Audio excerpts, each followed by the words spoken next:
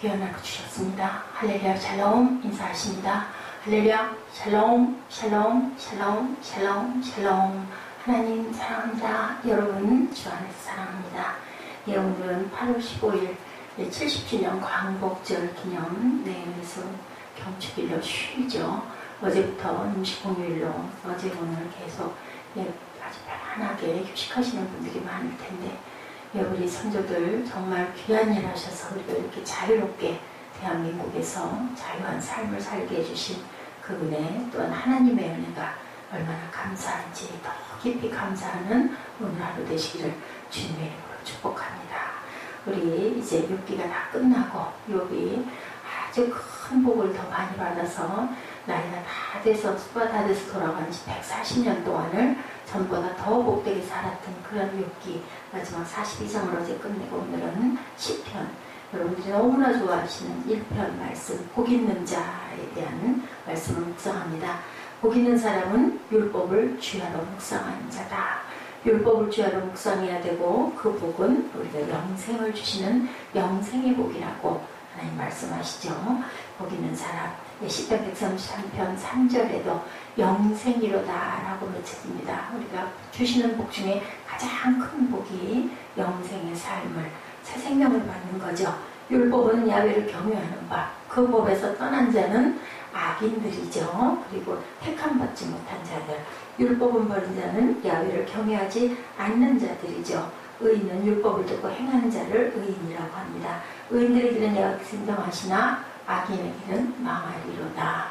네, 마지막 때 쭉정이들 다 바람에 날아가 버리죠. 알곡들은 남습니다. 이런 것처럼 아무리 쭉정이가 많아도 결국은 바람결에 흩어져 없어져 버리는 그러한 존재들로 저희들이 그렇게 살아서는 안 되겠죠. 악인의 길은 사망이라고 잠언 11장 19절에도 의인과 악인의 심판에 대해서 사도행전 24장 14, 15절, 전도서 12장 13, 14절, 고린도후서 5장 8절에서 10절, 요한복음 5장 29절, 우리가 너무 즐겨 많이 묵상하는 구절이죠. 선한 일을 행하는 자는 생명의 부활로, 악한 일을 행하는 자는 사망의 부활로. 부활은 부활이되 사망이죠. 그렇게 변화되는 우리들에 대한 말씀을 시편 1편에서도 하고 있습니다. 우리 시편 1장 1절에서 6절까지 함께 합독했는데, 악인의 꾀를 쫓는 그러한 우리 크리스찬들도 얼마나 많다. 너무나 안타깝고 마음 아픈 일일 수 없습니다. 얼마 되지 않은 돈과 작은 성공 신드롬 때문에 우리의 영혼을 완전히 팔아버리는 그러한 모습들을 주위에서 많이 보죠. 성공하지도 못하면서 그냥 악의 꾀에, 그게 정말 악이 아닌 선인 것 같고 성공인 것 같고 출세인 것 같고 하나님의 응답인 것 같아서 그렇게 가는 사람들이 너무나 많고, 내 가장 가까운 주변에서도 그런 일들이 일어나고 있는데, 그것을 정작 본인에게 아무리 얘기를 해도 깨달아 알지를 못하는 것, 하나님과 상관이 없이 무엇인가를 열심히 하는 사람들, 그것을 또한 하나님과 상관없이 기도할 수 있고 봉사할 수 있다라는 거죠. 신앙을 가진 사람들과 대화를 하다 보면 많이 느끼는 것, 하나님에 대한 오해를 많이 하고 있습니다. 하나님을 알지 못하죠. 하박국은 하나님의 공의의 문제로 고민하게 되었습니다. 하나님은 하박국에게 말씀하시므로 하박국이 기쁨으로 찬양하게 하셨죠. 이 공의의 하나님의 모습을 가르쳐 주시죠. 열심이었으나 극심한 신앙 이기주의에 빠져있던 요나에게 하나님은 무엇을? 박넝쿨을 머리 위에 드리워지게 함으로 그 그늘의 시원함, 그것이 또 말라버려가지고 내가 떼어빛 때 죽을 것 같은 그런 고통을 통해서 깨달아 알게 합니다. 세상의 모든 사람들을 하나님께서 얼마나 사랑하시는지. 그냥 일어나는 일은 없죠. 우리나라가 광복 70주년을 보게 된 것도 그냥 일어나는 것이 아니고, 또한 우리 선조들이 열심히 피 흘려 땀 흘려 수고하고 노력하고, 또 많은 선교사님들이 많은 나라의 원조를 요청해서, 그래서 3.1운동이 실패한 것 같았지만 아니죠. 그 3.1운동, 그 무저항운동이었죠. 태극기 들고 정말 죽어도 총칼이 있어도 대한독립 망세를 외쳤던 그런 그 3.1운동을 통해서 8.15 광복이 이루어진 것입니다. 많은 유엔에서 많이 도와주셨죠. 여러 가지로 물심양면으로 소리내지 못하던 우리 약소국가를 이 작은 나라를 위해서 엄청난 일들을 많이 함으로 8월 15일 날 드디어 일본이 항복을 하는 그러한 아주 역사적인 사건이 일어난 지가 70년째 되는 날, 희년의 그 역사 50년의 희년이 오는데, 그리고 또 70년에 바벨론 포로에서 이스라엘 민족들이 자기 나라 예루살렘으로 돌아가게 되었던 그런 역사가 70년에 일어났죠. 바벨론 포로 70년에. 그래서 이 70년이란 그 연이 굉장히 귀한 70년 올해입니다. 혼자 열심내고 혼자 낙심하고 혼자 또한 때려치우는 일들이 그 안에 예수님이 들어가실 자리가 너무너무 없다. 우리가 우리 감동으로 우리가 해석해서 우리가 응답받았다고 할 때도 얼마나 많은지 모릅니다. 저부터도 누구도 장담할 수 없는 일이에요. 그래서 중요한 거는 하나님의 말씀밖에 없다. 열심낼 때도 하나님과 상의하지 않고 혼자 그 느낌 받았다고 낙심할 때도 하나님이 들어가실 자리가 없고, 그래서 그냥 그거 시작했다가 말아버리는 것도 또한 하나님과 상의하지 않고 하나님도 믿음도 필요 없다고 생각하죠. 요즘 특히나 포스트 모던이 들어오면서 내가 다 할 수 있어. 그 위에 아무것도 상관없어. 물론 이제 지금 다시 하나님의 마음으로 돌아오고 있습니다만은 회복돼야 할 줄로 믿습니다. 낙심될 때도 그 마음이 하나님이 주시는 마음인지 악한 영이 주는 마음인지조차 우리가 분별하지 못하는 것. 왜요? 온전하게 기도하지 못하기 때문에. 기도한다는 것은 우리 어저께 금요철야의 주기도문에 대해서 하는 말씀을 묵상했지만, 기도한다는 것, 하나님의 마음, 하나님의 뜻과 그 나라, 그 의를 위해서 기도할 때 우리의 필요는 하나님께서 채우신다라는 거죠. 우리가 항상 율법을 주야로 묵상해야 된다. 그 율법을 주야로 묵상하는 자니라고 합니다. 야외 율법을 즐거워하고 즐거워할 뿐만 아니라 주야로 묵상하는 자. 즐거워하지 않고 묵상하는 것이 아니고 즐거워하여 묵상해야 된다. 의임으로가 아니라 사랑으로, 하나님을 사랑하는 마음으로 하나님을 높이는 마음으로 우리가 그 하나님의 말씀을, 하나님이 주신 율법을 주야로, 매일매일도 아니고 하루에 한 번씩도 아니고 주야로, 아침 저녁 무슨 뜻일까요? 온종일 묵상하라는 거죠. 매일 묵상할 때 그때로 끝나지 말고 그것을 주야로 묵상하는 단계가 된다. 어떤 사람들은 그럴 시간이 어디 있느냐고 이렇게 말하기도 하죠. 묵상하지 못할 시간은 또한 어디 있을까? 말씀을 묵상하지 않으면 가는 길 자체가 무익하다. 우리가 묵상한다는 것, 하나님의 뜻을 항상 마음으로 사모하고 골똘히 생각하는 것, 그것이 바로 묵상하는 것이죠. 말씀을 주야로 묵상해야 바로 옳은 길로, 지른 길로 온전하게, 그 길이 힘들고 좁은 길 같지만 사실은 정답이죠. 그리 가야 우리가 생명을 얻을 수가 있다는 것. 우리가 음식을 쳐다만 봐가지고는 우리 몸에 영양소가 되지 못합니다. 그것을 잘 먹어서 소화를 해야, 그죠? 소화를 해. 배탈이 나지 않고 소화를 해야 그것이 우리에게 양분으로 공급되는 것과 같죠. 율법을 즐거워하여, 여러분들 율법을 즐거워하고 계십니까? 말씀은 우리의 생명입니다. 그리고 그 길을 따라가는 것이 바로 생명으로 가는 길이라는 것을 우리가 알아야 되겠죠. 말씀은 바로 우리의 내 발의 등이요라고 하죠. 그 말씀은 내 길의 빛이고 내 발의 등입니다. 바로 야훼께서 주시는 말씀. 태초에 말씀이 계시니라. 그 말씀으로 세상 만물이, 우주가 창조된 거죠. 누구세요? 하나님이십니다. 말씀은 바로 하나님이시죠. 칠흑같이 어두운 캄캄한 길에 등불을 들고 가면서 등불을 어찌 의지하지 않을 수가 없죠. 그게 없으면 아무것도 안 보이는데요. 어디가 낮은지 높은지, 앞에 기둥이 있고 장애물이 있었는데 부딪힐지, 아니면 낭떠러지가 있을지 모릅니다.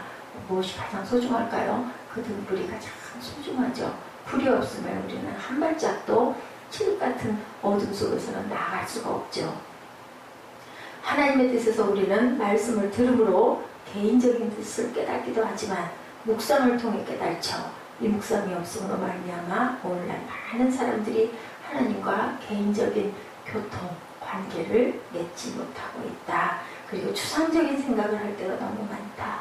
그리고 또한 무슨 계시를 받았다라고 하는 그런 경우가 너무 많다. 말씀의 뿌리 위에 서야 합니다. 네덜란드의 출신의 두 교수가 재밌는 실험을 한 것이 올라와 있습니다. 42개의 문항을 푸는 문제였는데 한국의 사람들에게는 문제를 풀기 전에 5분 전에 내가 교수가 된다면 이라는 생각을 하고 떠오르는 것을 답안지에 적게 했습니다. 다른 한쪽의 사람들에게는 그냥 축구 홀리건을 생각하라. 그리고 주문한 후에 문제를 풀게 했다고 그래요.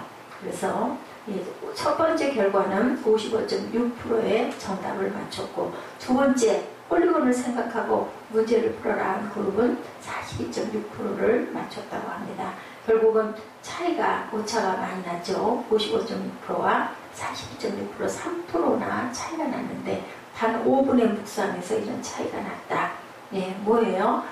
교수가 될 수 있는 소망을 보는 사람들은 얼마나 골똘히 열심히 문제를 푸느라고 이렇게 아주 좋은 결과가 일어난 거죠. 우리가 말씀을 행하는 힘, 말씀을 묵상해야 되고 묵상하는 것은 기도를 포함하는 거죠. 말씀으로 깊이 묵상하고 기도하고 묵상할 때 우리는 그 말씀을 행할 수 있는 힘을, 능력을 받게 되죠. 복 있는 사람은 뿌리 깊은 나무와 같습니다. 말씀을 따라가고 말씀을 이루어 살아가는 삶은 영혼에 있대요. 귀한 씨를 뿌리는 삶이라는 것. 그 씨는 바로 뭐예요? 생명이죠. 우리 아기들이 태어나는 것, 생명이 태어나는 것. 어떻게 태어나요? 부부가 연합하여 동거함으로, 사랑함으로, 내가 그 안에, 그가 내 안에 들어오므로 거기에서 생명, 귀한 생명이 태어납니다. 열매도 많은 것 같고, 그런데 어때요? 존재의 가벼움과 생활의 가벼움으로 가득한 우리의 삶. 악인의 꾀를 쫓다 보면 열매가 많은 것 같지만 바람에 한번 훅 불면 다 날아가 버리죠. 아무 소용도 흔적도 없습니다. 이 땅에서 불의한 방법으로 재산을 쌓았다면 심판 때에 어찌 그 재산으로 인해 칭찬을 받을까요? 오직 악한 종이라는 심판밖에 받을 것이 남아있지 않습니다. 복 있는 사람이 되시기 바랍니다. 말씀을 주야로 묵상하고 그리고 그 말씀을 통해서 힘을 얻고 그래서 그 힘으로 살아내시는 저와 여러분 되시기 바랍니다. 복 있는 사람, 그 시절을 쫓아 화실을 맺는 풍성한 열매가 많이 맺는 그러한 나무들이 되어야 되겠죠. 템즈 강가에 뿌리를 내려 있던 나무 한 그루가 그 심한 가뭄에도 다른 나무들은 다 메말라 죽었는데 그 나무만 유독 푸르청청하게 잘 살아서 가지를 뻗고 키가 커져서 이게 무슨 이유가 있을까 하고 과학자들이 탐험을 했다고 그래요. 탐구를 했다고 그래요. 그랬더니 그 뿌리가 템즈 강 깊이 드리워져 있더라고 합니다. 거리가 꽤 있는 물가에 심겨있는 나무이긴 하지만 그 가느다란 뿌리가 강 속까지 그 깊이 뿌리를 내리고 있었다. 그 원인이 바로 그 템즈강에서 그 물을 흡입해서라는 것이 밝혀졌다고 합니다. 야훼를 경외하고 의지하는 자가 복이 있는 자, 그 길을 걷는 자마다 복이 있도다라고 합니다. 이렇게 시냇가에 심은 나무는 절대로 잎이 마르는 일이 없다. 어느 시냇가에 심겨져야 될까요? 주님의 말씀 안에 그 말씀이 생명이고 그 생명이 내 안에 들어와 있을 때 내가 죽지 않고 주야로 묵상할 때 푸른 잎과 그리고 열매를 맺는다. 내가 내 손이 수고한 대로 먹을 것이라. 내가 복되고 형통하리로다. 내 집 안방에 있는 내 안에는 결실은 포도나무 같고 내 식탁에 둘러앉은 자식들은 어린 감람나무 같으리로다. 야훼를 경외하는 자는 이같이 복을 얻으리로다. 시편 118편 1절에서 4절입니다. 그의 아들에게 입맞추라. 그렇지 아니하면 진노하심으로 너희가 길에서 망하리니 그의 진노가 급하심이라. 야훼께 피하는 모든 사람은 다 복이 있도다. 시편 2편 12절. 만군의 야훼여 주께 의지하는 자는 복이 있나이다. 하나님의 말씀을 가까이 하고 주의 집에 거하는 자가 복이 있는 자라는 거죠. 그렇죠. 무슨 복? 영생의 복을 받을 수 있는 자들이라는 거죠. 예, 시편 1편 1절에서 3절 우리 오늘 본문에도 그렇게 말씀하죠. 그 시냇가에 심은 나무가 철을 따라 열매를 맺으며 잎사귀가 마르지 않는 것 같으니 그가 하는 모든 일이 다 형통하리로다. 이율법적을 내 입에서 떠나지 말게 하여 주야로 그것을 묵상하며 그 가운데 기록한 대로 지켜 행하라. 그리하면 내 길이 평탄하게 될 것이라. 내가 형통하리라. 요서 1장 8절이죠. 이 예언의 말씀을 읽는 자와 듣는 자들과 그 가운데 기록한 것을 지키는 자들이 복이 있나니 때가 가까우리라. 계시록 1장 3절입니다. 복이 있나니 형통하다. 그리고 또한 그 복은 영생입니다. 영원히 죽지 않고 살 수 있는 것, 주님의 말씀을, 주님의 율법을 주야로 묵상하는 자, 묵상하고 기도하는 자라는 것. 선한 눈을 가지고 과울을 돌보며 빈약한 자를 권고하는 자가 복이 있는 자다. 선한 눈을 가진 자는 복을 받으니 이는 양식을 가난한 자에게 나누어 줍니다. 이런 사람들이 복을 받는데 어떤 복이요? 영생의 복. 주의 집에 사는 자들은 복이 있는 그들이 항상 주를 찬송하리이다. 주의 집이 어디예요? 오늘의 성전입니다. 주의 집에 늘상 머무르기를 기뻐하고 예배하기를 기뻐하고 찬양드리기를 기뻐하고 하나님을 경배하기를 기뻐하는 자에게 복이 임한다라고 말씀하고 있습니다. 너희 중에 분깃이나 기업이 없는 레위인과 내 성중에 거류하는 객과 고아와 과부들이 와서 먹고 배부르게 하라. 그리하면 내 하나님 야훼께서 내 손으로 하는 범사에 내게 복을 주시리라. 신명기 14장 29절입니다. 빈약한 자를 권고하는 자가 복이 있으며 재앙의 날에 야훼께서 저를 건지시리로다. 또한 정직하고 선량한 일을 행하며 공의를 지켜 행하는 자가 복이 있는 자다. 야훼께서 보시기에 정직하고 선량한 일을 행하라. 그리하면 내가 복을 받고 그 땅에 들어가 야훼께서 모든 대적을 내 앞에서 쫓아내시겠다고 내 조상들에게 맹세하신 아름다운 땅을 차지하리니 야훼의 말씀과 같으니라. 예, 하나님의 말씀은 어제나 오늘이나 또 내일도 1.1획도 변함이 없이 동일하시죠. 할렐루야. 야훼를 경외하며 그의 계명을 크게 즐거워하는 자는 복이 있도다. 그의 후손이 땅에서 강성하며 정직한 자들의 후손에게 복이 있으리로다. 그 후손이 자손 만대까지 복을 받는다고 말씀하죠. 정의를 지키는 자들과 항상 공의를 행하는 자는 복이 있도다. 이 밖에도 복이 있다라는 말씀이 너무 많습니다. 시험을 참는 자, 야고보서 1장 12절에서 14절이죠. 복이 있고 야훼에게 소망을 두는 자, 시편 146편 5절에 복이 있다고 말씀하시고 야훼를 자기 하나님으로 삼는 자가 복이 있는 자이며 주께 힘을 얻는 자가 복이 있는 자다. 하나님께서 아브라함을 부르실 때 내가 너로 큰 민족을 이루고 그리고 내게 복을 주어 내 이름을 창대케 하리니 너는 복의 근원이 될지니라 라고 말씀하셨습니다. 아브라함이 그래서 열국의 아버지가 되죠. 무슨 조상? 믿음의 조상이 됩니다. 야훼는 내게 복을 주시고 너를 지키시기를 원하며 야훼는 그의 얼굴을 내게 비추사 은혜 베푸시기를 원하며 야훼는 그 얼굴을 내게 향하여 드사 평강 주시기를 원하노라 할지니라. 하나님이 우리를 바라보시는 거 언제 바라보실까요? 야훼의 율법을 주야로 묵상하는 자, 기도하는 자, 하나님을 찾는 자, 너희가 나를 찾고 찾으면 나를 만나리라. 우리가 열심히 찾고 두드리고 구할 때 하나님께서 그 얼굴을 우리에게 향하여 드사 평강 주시기를 원하신다라는 거죠. 언제요? 우리가 찾을 때 내게 비추시고 그리고 은혜 베푸시기를 원한다. 어떤 은혜요? 구원의 은혜를 베푸시기 원하고 그리고 야훼는 그 얼굴을 또 너한테 향하여 드시고 너에게 평강의 축복을 하실 것이다 라는 말씀을 하고 있습니다. 내 평생 소원은 주님께서 내가 너로 인하여 기뻐하느라 내가 너를 사랑하노라 라는 말씀을 듣기 원하는 거죠. 이보다 더 큰 복이 어디 있겠습니까?